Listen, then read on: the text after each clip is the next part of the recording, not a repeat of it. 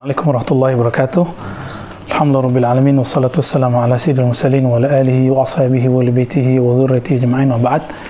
Ikhwah Ribat Nurunia dan sahabat-sahabat Ahlus Sunnah wal Jamaah, kita mencintai alim minal ulama termasuk Imam Abul Hasan Al-Asy'ari, tapi la nata'assabu alaih.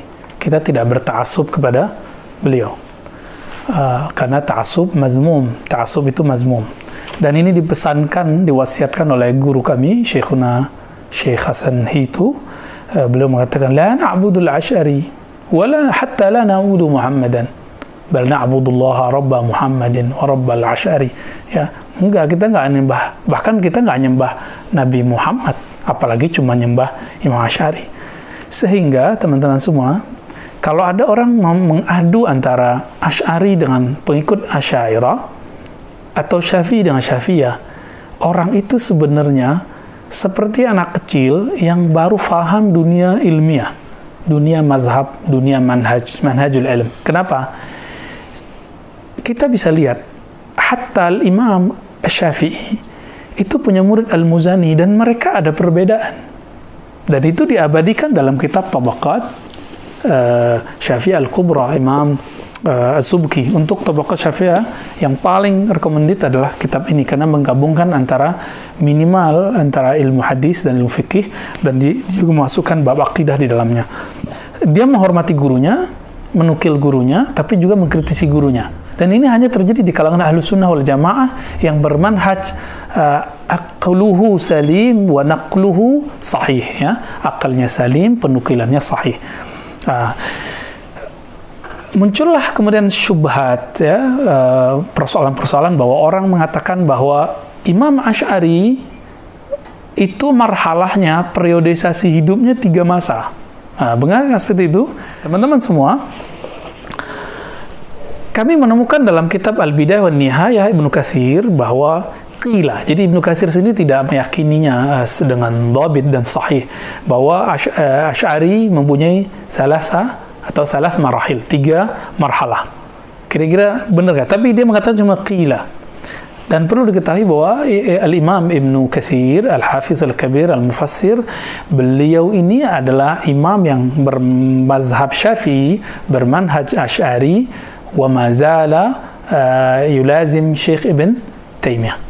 Apakah Imam Ibnu Katsir mempunyai sanad terhadap isu ini? Ternyata kita cek, beliau hanya dapat isunya dari salah satu gurunya, yaitu Syekh Ibn Taimiyah rahimahullah. Maka kemudian semenjak saat itu muncullah isu bahwa Al-Imam Al-Asy'ari lahu salas marahil. Imam Asy'ari punya 3 fase. Fase apa itu? Kalau versi Ibn Taimiyah, fase Mu'tazilah, fase Kullabiyah, Sifatiyah, yang dianggap Asy'ariyah sekarang, fase kedua itu. Lalu yang ketiga fase Salaf. Berdasarkan apa? Istiqra'nya, proses induktifnya dari kajian kitab Al-Ibanah, dari naskah yang dia dapat. Jika ini memang kajian ilmiah, maka kita akan mencoba mencari maraja'nya, dari mana sumber-sumbernya.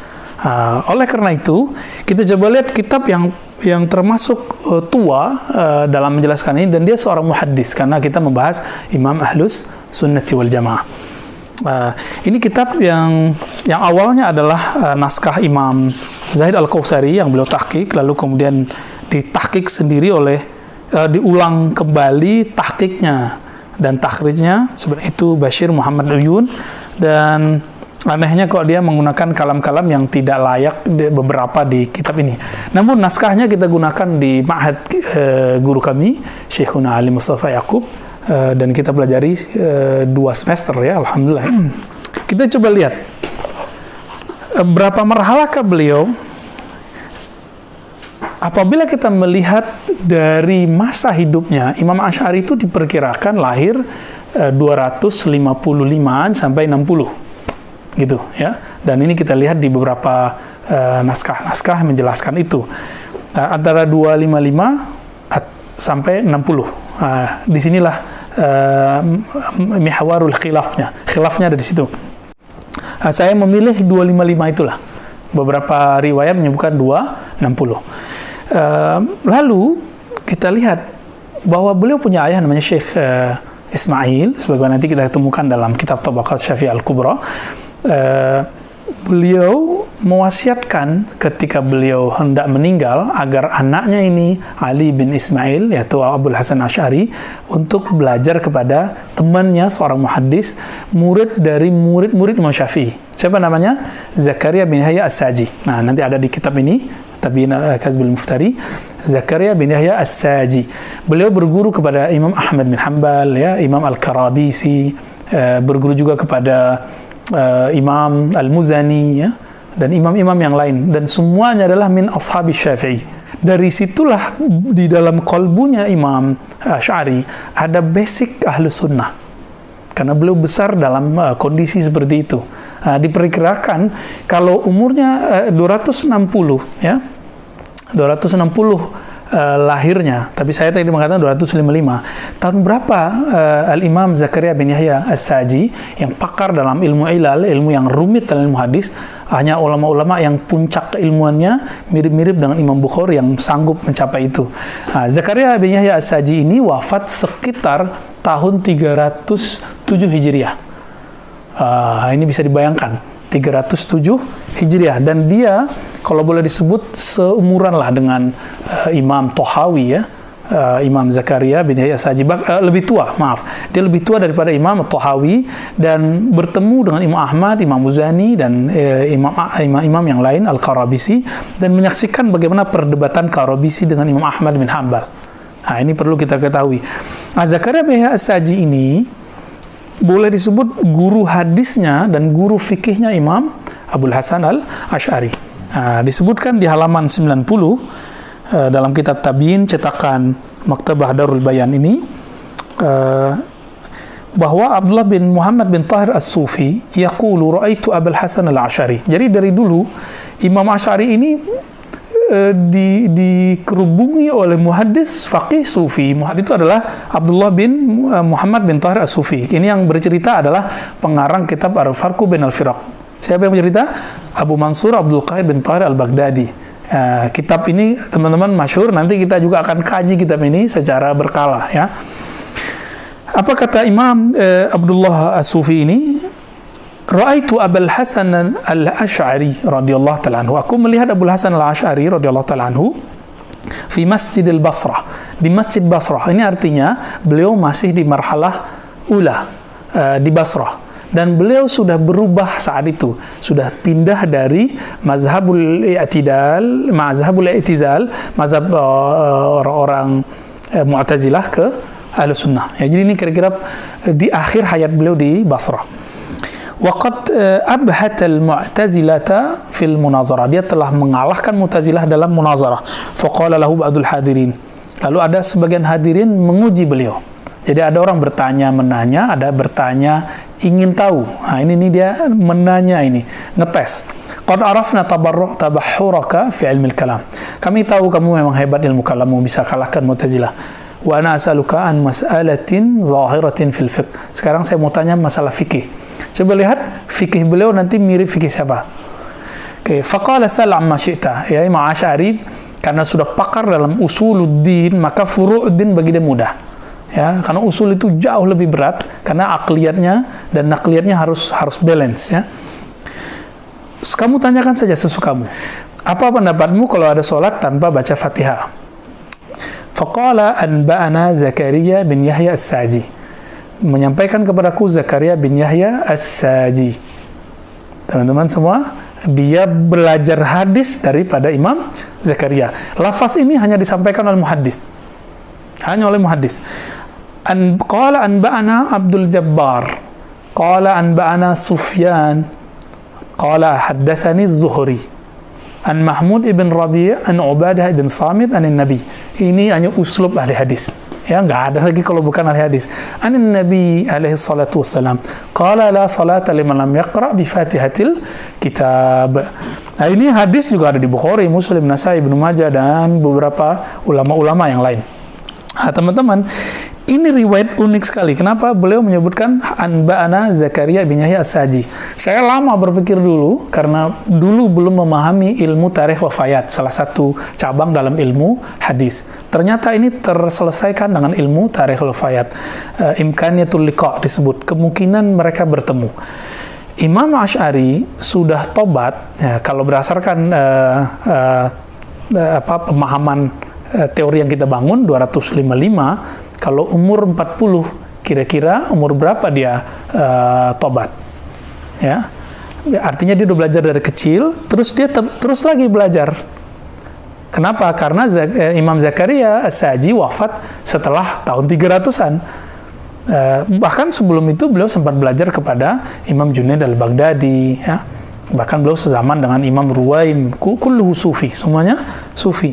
Jadi ini beberapa riwayat ini sangat cukup untuk mengatakan bahwa Imam Al-Asy'ari masa kecilnya dibesarkan oleh As-Saji, dan kemudian setelah dia dewasa dia pun kembali lagi kepada As-Saji, ya. Itu pun terjadi pada kita, ya. Saya misalnya dulu waktu kecil belajar kepada seorang syekh, lalu kemudian ikut beberapa aliran, balik lagi kepada syekh itu. Itu terjadi, dan ini sangat mungkin. Kenapa? Orang sangat susah untuk membuang memori akidah yang tertanam dari kecil dalam dirinya, ya. Nah, kira-kira seperti ini, teman-teman. Ini baru satu teks, Tabyin Kazbil Muftari. Kata Imam As-Subki tentang kitab ini, kalau ada orang berakidah halus sunnah, bermazhab syafi'i, nggak punya kitab ini, maka dikhawatirkan nggak salim, nggak selamat hujah-hujahnya. Seperti yang telah diprediksi oleh beliau, betapa banyak kawan-kawan kita yang meragukan sebenarnya Asy'ari itu gimana sih. Kalau bagi saya syubhat perdebatan Asy'ari berapa marhalah itu sederhana. Kalau saya dulu pernah meragukan Imam Asy'ari sebagai ahlus sunnah, tapi setelah baca kitab ini, ngaji kepada ahlinya Syekh Hasan Hitu, ya, talaki dari ulama-ulamanya, semua syubhat itu menjadi hilang. Jadi antum baca buku banyak hebat, tapi kalau nggak baca dari ahlinya, la tazidu illa syubhat, maka tidak bertambah kecuali syubhat. Ini baru satu kitab kita coba lihat. Nah, sekarang teman-teman, kita lihat bagaimana Imam Tajuddin bin Abi Nasr Abdul Wahhab bin Ali bin Abdul Kafi As-Subki, beliau wafat tahun 771. Beliau ketemu dengan Ibnu Taimiyah, ketemu dengan Al-Mizzi, ketemu Zahabi, Ibnu Katsir, Ibnu Abdul Hadi, ya. Jadi udah Ibnu Taimiyah ketemu muridnya siapa? Zahabi, Ibnu Katsir, Ibnu Qayyim, siapa lagi? Ibnu Abdul Hadi, ya. Dan semua mereka berpolemik dengan ayahnya. Ya, siapa ayahnya? Imam Ali As-Subki, Abdul Wahhab bin Ali As-Subki. Dan teman-teman, Imam Tajuddin Subki mengambil ilmunya dari ayahnya, dan ayahnya mengambil ilmunya dari barak ulama. Dalam akidah Ahlussunnah mengambilnya dari ulama-ulama Asy'ariyah, dan dalam bab fikih Syafi'i, dalam bab tasawuf beliau berthariqah Syadziliyah. Maka beberapa sanad hizib dan thariqah Syadziliyah yang kita punya itu melalui jalur Imam Mujtahid ini. Beliau digelari Mujtahid.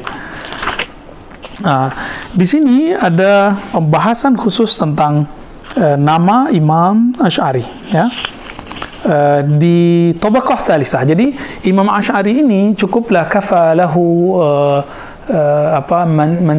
manzilatan, cukuplah kemuliaannya bahwa beliau diperebutkan sosoknya. Beberapa menyebutkan di Tabaqat Malikiyah, bahkan Tabaqat ada yang menyebutkan Tabaqat Al-Hanafiyah, gitu. Dan itu ternyata kalau kita cek tadi, di mazhab Hanafi membaca Fatihah itu tidak wajib. Ternyata ini bisa membantah bahwa Imam Asy'ari bukanlah Hanafi. Nah, teman-teman semua, penyebutan Imam Asy'ari sebagai Imam Ahlus Sunnah bukan berarti beliaulah yang menciptakan akidah Ahlus Sunnah tersebut. Nah, nanti ditegaskan di sini bahwa beliau hanya muqarrirun, ya, di aqidatul Imam Ahmad bin Hanbal, ya. Oke, sebelumnya di sini ada teman-teman semua di muqaddimah kitab Al-Ibanah, beliau mengatakan bahwa akidah yang beliau kembangkan adalah bima kana yaqulu bihi Abu Abdullah Ahmad bin Muhammad bin Hanbal. Jadi beliau hanya mempertegas apa yang ditulis oleh Al-Imam Ahmad bin Hanbal, yang diajarkan oleh Imam Ahmad bin Hanbal. Dan di sini juga diulangi kembali. Maka beliau mengatakan, Imam Subki, Imam Ali bin Ismail atau Abul Hasan Al-Asy'ari Al-Basri, Syekh Tariqati Ahli Sunnati wal Jamaah. Beliau adalah Syekh Tariqah atau manhaj Ahli Sunnah wal Jamaah wa Imamil Mutakallimin, Imam Ahli Kalam, wa Nasiru Sunnati Sayyidil Mursalin, penolong sunnah Nabi Muhammad SAW, wadzab anid-din, pembela agama, wasa'i fi hifzi aqaidil muslimin, dan yang berusaha menjaga akidah umat Islam. Sa'yan yabqa atharuhu ila yaum yaqumun nas li rabbil alamin, sampai kepada usahanya itu akan kekal insyaallah sampai hari kiamat. Nah, ini doa beliau, apakah berisi beliau atau firasat, dan sampai hari ini akidah beliau diakui oleh ulama baik yang sepakat dengan dan yang tidak sepakat bahwa 90% umat Islam berakidah Asy'ariyah. Imam, ya, lalu banyaklah pujian-pujian di sini, ya. Dan disebutkan di sini wulida sanah sittin wa mi'atain. Beliau cenderung mengatakan lahirnya di 260. Beliau mengambil salah satu riwayat yang ditulis dalam kitab Tabyin, ya, kitab Tabyin yang kita baca barusan. Ini. Kemudian disebutkan di sini prosesnya, proses ketemunya gurunya siapa, ya. Jadi teman-teman, ketika kita sebut Imam Asy'ari berguru kepada murid-murid daripada Imam Syafi'i, maka teranglah bahwa Imam Asy'ari berakidah Ahlussunnah di awalnya. Lalu karena ibunya menikah, sebagaimana dalam riwayat yang kita temukan itu, menikah dengan seorang Mu'tazilah, Al-Jubba'i, maka dia menjadi Mu'tazilah. Lalu kemudian tobat lagi, dan kembali menjadi imam ahli sunnah dalam semua fan itu, aqidah, fiqih, dan tasawuf. Nah, khusus dalam tasawuf, teman-teman, beliau mengatakan, ya, wa kana syekh radhiyallahu ta'ala anhu sayyidan fi tasawuf wa i'tibaril qulub, kama huwa sayyidan fi ilmi al-kalam wa asnafil ulum. Beliau adalah penghulu, petinggi dalam tasawuf dan ilmu ibaratul qulub, dan juga sebagaimana beliau juga pemimpin dalam ilmu kalam dan ilmu-ilmu yang lain. Oke, ini menunjukkan bahwa Al-Imam Al-Asy'ari, kalau kita mau terima dia bermarhalah 3, maka yang tepat bukan yang diwahamkan oleh teman-teman sekarang itu, yang mereka ingin membuat cerita dongeng tentang Imam Asy'ari, bahwa Asy'ari awalnya Mu'tazilah, lalu Kullabiyah, yaitu Asy'ariyah sekarang, dan menjadi Salafi seperti yang mereka pahami sekarang. Tidak, ya, maka dijelaskanlah oleh para masyayikh kita, termasuk ya 2 kitab ini, bal aqidatuhu aqidatus salaf. Nah, maka di halaman berikutnya Imam Subki menyebutkan dia hanya mentakrir muqarrirun ala aqidatis salaf, ya. Asumsi kami tadi bukan hanya sekedar istiqra'i, tapi ini kemudian dibenarkan oleh doktorah fauqiyah. Jadi kata beliau di halaman 28, min wiladatihi lasin la-asyarah. Jadi beliau ini dibagi 3 periode, 1 dari lahir sampai umur puluhan atau belasan gitu, ya. Lalu yang kedua belasan sampai beliau berakidah Mu'tazilah sampai keluar, dan yang ketiga min waqti hadat tahawul ila wafati, keluar dari akidah Mu'tazilah menjadi sampai meninggal. Jadi cuma 3 aja, ya, cuma 3. Jadi tidak ada lagi seperti yang dikatakan oleh mereka. Adapun yang mencoba memahami bahwa Asy'ari itu awalnya nulis Al-Luma. Kitab Al-Luma ini ditulis lebih kurang di Basrah atau di luar kota Baghdad untuk orang-orang yang ada pengaruh Mu'tazilahnya. Maka beliau kemudian tulis Al-Luma, kira-kira, ya, kita buat asumsinya. Kalau Al-Ibanah ditulis di Baghdad, kalau itu sudah kita tulis di disertasi, ya, di disertasi saya, ketika beliau berdebat dengan Al-Barbahari, lalu beliau tulislah buku ini, tapi Al-Barbahari pun masih menolak, karena Al-Barbahari sepertinya tidak menguasai dan tidak menyukai uslubnya Imam Abul Hasan Al-Asy'ari. Ini bukti bahwa Hanabilah awal itu tetap saja berbeda dengan Salafiyah sekarang, Salafi yang ada hari ini. Taib. Teman-teman semua, berdasarkan ini, maka tidaklah benar bahwa Imam Asy'ari 3 marahil seperti yang dikatakan oleh Atba' Ibn Taimiyah. Kalaupun 3, maka 3 seperti yang kita telah jelaskan barusan. Kalau tidak, cukup kita katakan 2. Karena kitab Al-Lum'ah dan Al-Ibanah, kalau semuanya mau kita isbat, kita tetapkan sebagai karya beliau, 2 kitab itu ada titik temunya. Ada titik temunya. Titik temunya adalah satu takwil qarib, satu takwil ba'id. Kitab Ibanah dia mentakwil dekat. Kalimat bila kaif adalah takwil yang dekat. Sedangkan mentakwil lebih jauh disebut takwilun ba'id. Maka kita tidak akan lagi mempertentangkan hal-hal yang tadi. Wa sallallahu ala nabi Muhammad wa nuhdi misla samana naqra min al-Fatihah la ruhil Imam Abil Hasan Asy'azili wa Abil Hasan Al-Asy'ari wa immatu ahli sunnatil jamaah.